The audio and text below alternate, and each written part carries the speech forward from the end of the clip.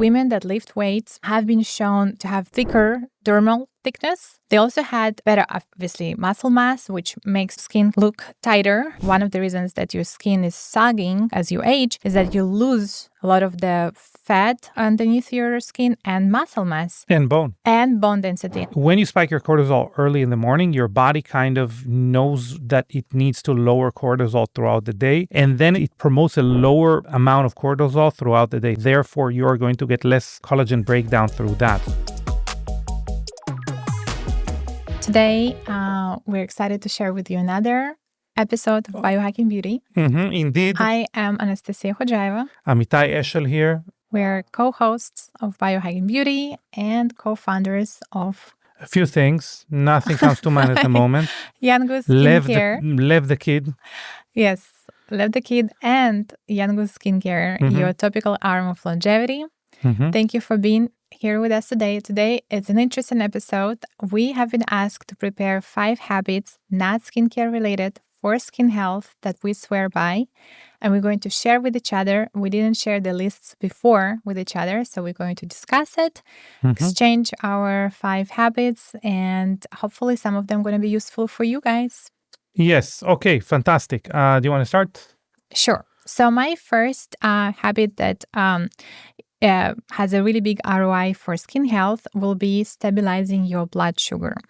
So frequent glucose spikes accelerate glycation, damage protein synthesis, and increase inflammation. So, you really should think about your nutrition like protein, healthy fats, and fiber, lots of fiber.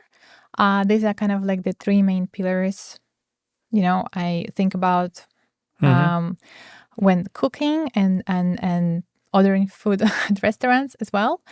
And also speaking of glycation, of course, it's a really big deal. And if you don't know, if you consume a lot of sugar, that results in AC, advanced glycation end products, AG, sorry. And what that looks like is that your collagen becomes very brittle in your skin. You end up with, the signs of aging. You end up with skin that's more wrinkly, more dull. But you are very sweet. Like if someone licks you, you're like, it's like a donut. Yeah, if you eat a lot of sugar, hopefully you're at least sweet. And so my rule with sweets is that we don't have any sweets at home. That way I'm not tempted because I do have a sweet tooth. And I only eat desserts outside, like at restaurants. And that's why we go to eat every day outside. No, we don't go to eat out every day. Not at all. And what we do have is daily, oh my God, weekly date night. We have Friday nights, our date nights, Amitay and myself. And so... With each other, I might add. Well, that's why I said with myself. Together with each other. And at the end of the meal, first of all, I try to... no, because we're watching right now 4 Seasons, the Netflix show. Yeah, and there's this couple that they thought the guy thinks they're swingers. So, yeah. Oh my God. This episode is taking a really weird turn. But who knew glycation talk could get there? But what I want to share is another kind of, really for me, it's overall wellness habit, but also skincare habit of like, if I order dessert, if I eat desserts, it's usually at the restaurant. And it has to be really worth it. So when we're on a date night and we are at the restaurant, if I look at the dessert menu and nothing sounds really exciting, or I know for a fact this dessert is like out of mind, like it's amazing. He forces the waiter to say that then something is worth it. Then I just don't order it. And I also don't feel bad if I don't finish the dessert. I come from Eastern Europe and we don't throw food there. So we were taught to like finish every single meal you ever start. And I break that rule with desserts. Like if I had few spoons of dessert and I feel like that's it, I can live with not finishing or eating more. I won't force it. That's like the one type of food I, kind of like don't finish. So I had something similar. I wanted to talk about fiber maxing, which is like, you can. I but didn't talk too much about this. but I would just say, like, within I see your habit, and I will have a similar habit, which is to eat an abundant amount of fiber, and basically to introduce different types of fibers. This supports many things. We talked about the last episode about like your gut making urolithin A, or just like urolithins in general. But that's just what happens is that bacteria make something called postbiotics, which are like things that you can only create when bacteria kind of eats its favorite food, which is fiber.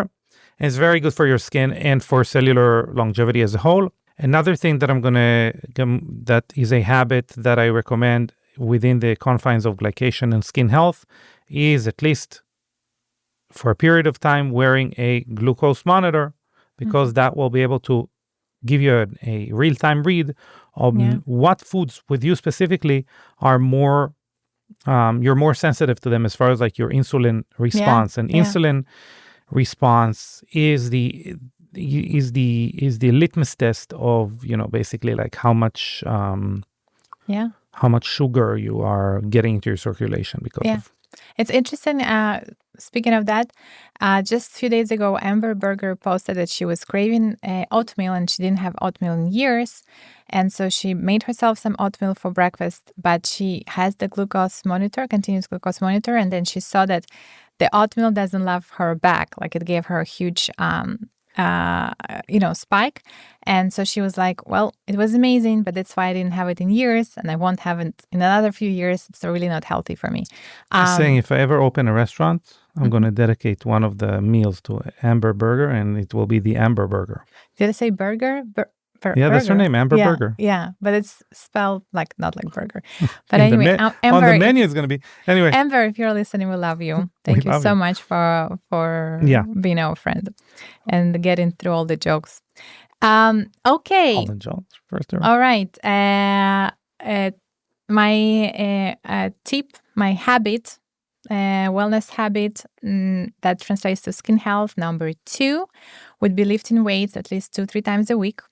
So we've shared it in a couple of episodes. The one that I will kind of like have you go back to and do a deeper dive if you're interested is when we had Dr. Von der Wright. She actually shared that study that came out, I don't remember, I think 2022 or so, that women that lift weights have been shown to have thicker dermal thickness, tighter skin, basically translation, tighter skin.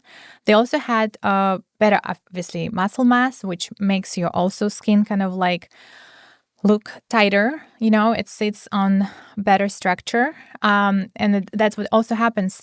One of the reasons that your skin is sagging toward, as you age, is that you lose a lot of the fat underneath your skin and muscle mass. And bone density. And that's the third thing that they also saw, that if you lift weights 2-3 times a week, they found better dermal thickness, muscle mass, and bone density, which is really important in your face as well as the rest of the body. So that is another habit that sometimes people don't realize that can have a really big impact on your skin health. And I will also say that a little hack that I have for you guys is that if you lift weights and you make a lot of facial expressions, like tense your facial muscles as you lift weights, I actually wear facial tape when I lift weights. That takes you to not care if there are other people in the gym and you wear facial tape, but that's what I do. And that really helps me not to sacrifice that, But don't do faces when you lift. It's like weird. Well, I try not to, but sometimes I can help it. I'll go with, eat enough protein and micronutrients, which relates to obviously weightlifting. Why, did I take one of yours? Yes, but it's okay. We also don't have that much time soon. Okay, so I'll do another one. No, do the protein. Okay, so protein in general, these are the building blocks for collagen production as a whole. This was one major So collagen is a set of amino acids. So when you consume protein, you can consume collagen specifically, but when you consume protein, you replenish those amino acids, which then your body can use to create collagen. So that's number one. Mm-hmm. But also healthy fats, vitamins, minerals, and are essential for the repair and rebuild of your skin. With emphasis, of course, on vitamin C. Vitamin C is a cofactor for collagen production. So if you're deficient, you're going to make collagen 10 times poorer. Yeah. That's very cool stat. Yeah. Okay. So protein was one of mine as well. Aim Gosh for darn it. 25 to 40 grams of protein per meal. Okay. So the next one I will share is get morning sunlight and overall just take care of your circadian rhythm. So skin repair peaks while you sleep, and consistent bedtimes are one of the best anti-aging tools available. We actually recorded a podcast where we had a really deep dive on that. Sleep is a sleep protocol, something. I don't remember how it's called, but if you scroll back, the episode that talks about sleep in the title, that's the one. And we really talked about which window of time you should be you should really try to be asleep, which is basically after 10 p.m. You should be really asleep. And, of course, if you can get 8 hours of sleep, that's really ideal. And we have much deeper, breakdown there. And also some other things we mentioned, like the temperature of the room. And anyway, we should watch the episode. Yes, but the morning sunlight is something actually that Amitay is much more consistent with than myself. Yeah, Lev and I every morning we get Yes, up. they let me sleep in a little bit more, and then they get up and I already meet them outside after they had significant time in the sun, and I get less of it. A significant amount of coffee by then. Yes. Maybe that will be my next habit of not having coffee as the first drink of the day. Yeah. I would say something else just to connect to what you're saying is that morning sunlight. So cortisol equals a collagen breakdown. Mm-hmm.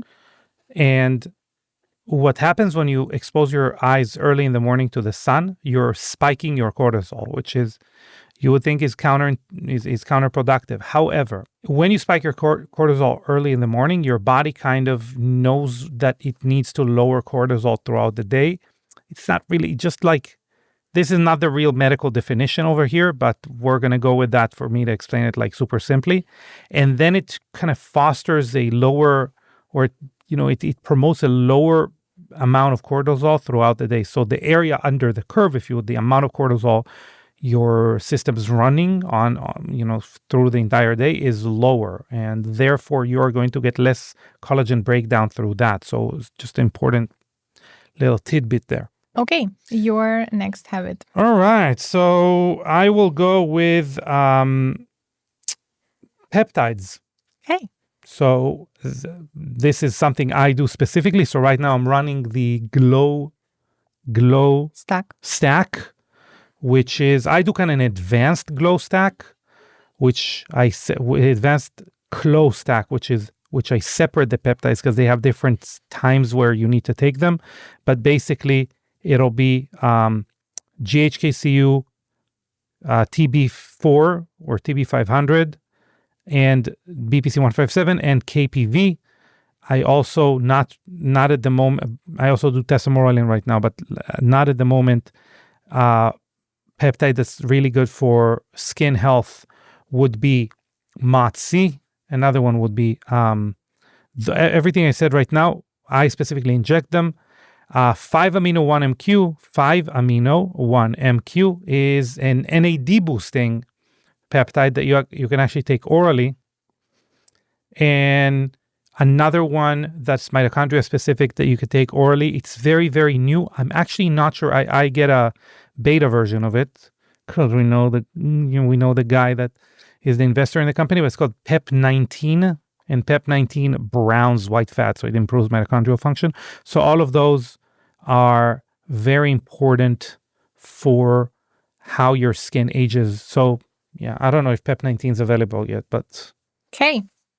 But I will say a little, like a warning message, like don't take anyone's peptide recipe and just copy it. Work with your provider. Oh yeah, 100%. This was not medical advice. No. Okay. Next habit that I will share that was not shared yet. Actually, that's it for me. Okay, one that I have is... Red light therapy. Let's go. Red light therapy. I did one today. I try to do it at least like 3-4 times a week. Honestly, huge ROI. Just make sure that you use a correct panel.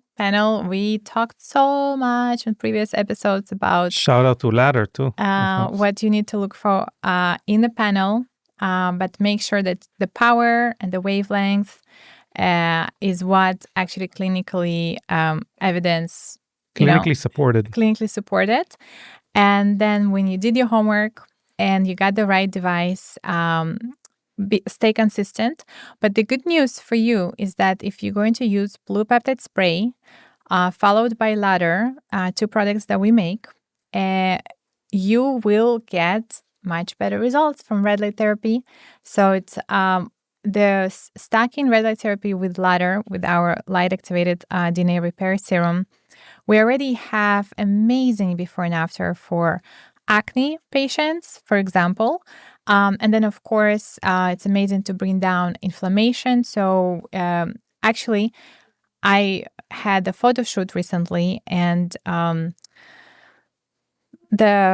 everything that transpired on that photo shoot broke me out and left my skin very sensitive the next day. And, it works like a charm. Just a few days of red light therapy, blue peptide spray, and Ladder, and my skin is back to normal. And there is absolutely zero scarring from breakouts. The redness is gone. The skin, it's like, well, you look amazing. So Thank you. And what I also wanted to say is that typically the protocols for red light therapy will be like 20 to 30 minutes. And that's a lot of time. That's a lot of time. I just do 10 minutes because really you can do 10, 15-minute sessions with those products, and you'll get the same results as you were doing 30-minute session without those products. And better. Yeah. Okay, last one for me. It's kind of relates to what you said because of the methylene blue, but it's increase your antioxidant intake. The idea of, skin, so there are antioxidants that are more beneficial for skin, but the idea is that antioxidants are able to fight free radicals. Free radicals are kind of the reason that any type of damage is indeed like damaging your skin, whether it's UV or pollution or environmental stressors, whatever that, blue light, whatever, at the skin level, cellular level, it's basically gets converted into oxidative stress. So your ability to deal with oxidative stress is one of the most effective strategies to combat aging. My preferred antioxidants are methylene blue, C60, but take it at night. It can make you you're sun sensitive. Yeah, make you photosensitive if you take high amounts of it. Ergothioneine, not only topically, also orally. And probably I'm forgetting something, but we'll leave it at that. Yeah. Yeah, those are good. We talked about vitamin C. Yeah, resveratrol. We talked about vitamin C. I take either sodium ascorbate. That's my favorite version as an oral. I take Live On. It's the brand. And yeah. Before we part. Oh, you promised a specific review. I remember read the review. Yes. Yeah, someone. Okay. I love this review. It says... You're reviewing the review right now? I'm reviewing the review. Title, amazing podcast. Body, quick, insightful, and to the point. If you're into skincare, health, or just want to stay youthful longer, this is the podcast you need to check out. I just want to review the review. The review was quick, insightful. I love it. So, dear Amit M, whoever you are, please DM us on Instagram or send an email to service@younggoose.com, and we would be delighted to send you a product on us. This week, we're sending out Care, our newest reformulated moisturizer with liposomal creatine and methylene blue. And and if you, dear listeners, also want to receive a product on us, you gotta leave a review. That's all you gotta do. Yeah. And then if Amitai and myself picks it and reads it out loud, you get a product in the mail. You get a product, and you get a product, and you get a product. Shout out to Oprah. No, but Thank you so much. I'm just saying, like, look at your Young Goose stack of products you have in your bathroom. Look at them and tell them you could have been a free product if I only wrote a review. Yeah, it's that simple. It could be just a thumbs up. It could be an emoji. Yes. Make it like a good emoji, but it could be an emoji. And then we will read that review. Emoji. Well, what's true is even one word review is helpful. And your reviews help us reach more people. And if you love the information that we put out, leave a review. Okay. Thank you so much. Thank you very much. We hope you like this podcast. We hope the habits we shared were useful to you. And we'll see you in a week. See ya. Bye. Bye.